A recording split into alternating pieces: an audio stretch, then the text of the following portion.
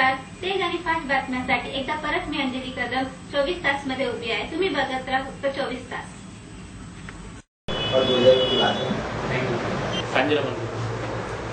शुद्दीन खान आणि मी बहुजन महापार्टी या पक्षामध्ये राष्ट्रीय महासचिव या पदावरती आहे. आज आपण मीरा भाईंदरमध्ये प्रेस कॉन्फरन्समध्ये मी आपल्याला सांगू इच्छितो की मीरा भाईंदर महानगरपालिका निवडणुकीवर आम्ही बहिष्कार घालत आहोत. त्याचं कारण असं आहे की भारत सरकारने एक राजपत्र इश्यू केलं होतं 2013 मध्ये आणि त्या राजपत्राच्या आधारे मुख्य निवडणूक आयोग नई दिल्ली यांनी कायद्यात दुरुस्ती करून सर्व राज्यातील निवडणूक आयुक्तांना सांगितलं होतं की सर्व निवडणुका हे व्हीव्हीपीएटीच्या माध्यमातून व्हायला पाहिजे आणि असे आदेश त्यांनी 2013लाच इश्यू केले होते आणि त्या आदेशाची अंमलबजावणी आजपर्यंत झालेली दिसून येत नाही.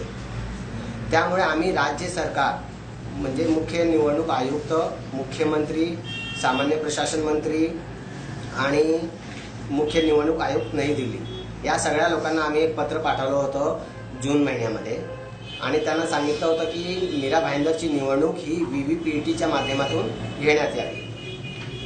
शासनाने याच्यावरती कुठल्याही प्रकारची कारवाई केलेली नाही. त्यामुळे आम्ही मुंबई उच्च न्यायालयात एक याचिका दाखल केली. त्याचा दावा क्रमांक आहे 8187/2017. या दाव्यामध्ये माननीय न्यायाधीश ओक आणि माननीय न्यायाधीश कणकणवाडी यांनी सदर दाव्याची सुनावणी 21/8/2017 रोजी ठेवली आहे. तर आमचं शासनाला एवढंच म्हणणं होतं की ही जी निवडणूक आहे ती निवडणूक व्हीव्हीपीएटीच्या माध्यमातून होणं गरजेचं आहे. कारण आपल्याला फक्त कायद्याची अंमलबजावणी करायची आहे. म्हणून राज्य सरकारने याच्यामध्ये पुढे येऊन निवडणूक ही व्हीव्हीपीएटीच्या माध्यमातून व्हावी यासाठी पुढाकार घ्यायला पाहिजे. परंतु तसं होताना दिसत नाही. म्हणून आम्ही या निवडणुकीवर बहिष्कार घालत आहोत आणि या निवडणुकीमध्ये आम्ही आमचा एकही उमेदवार उभा करणार नाही.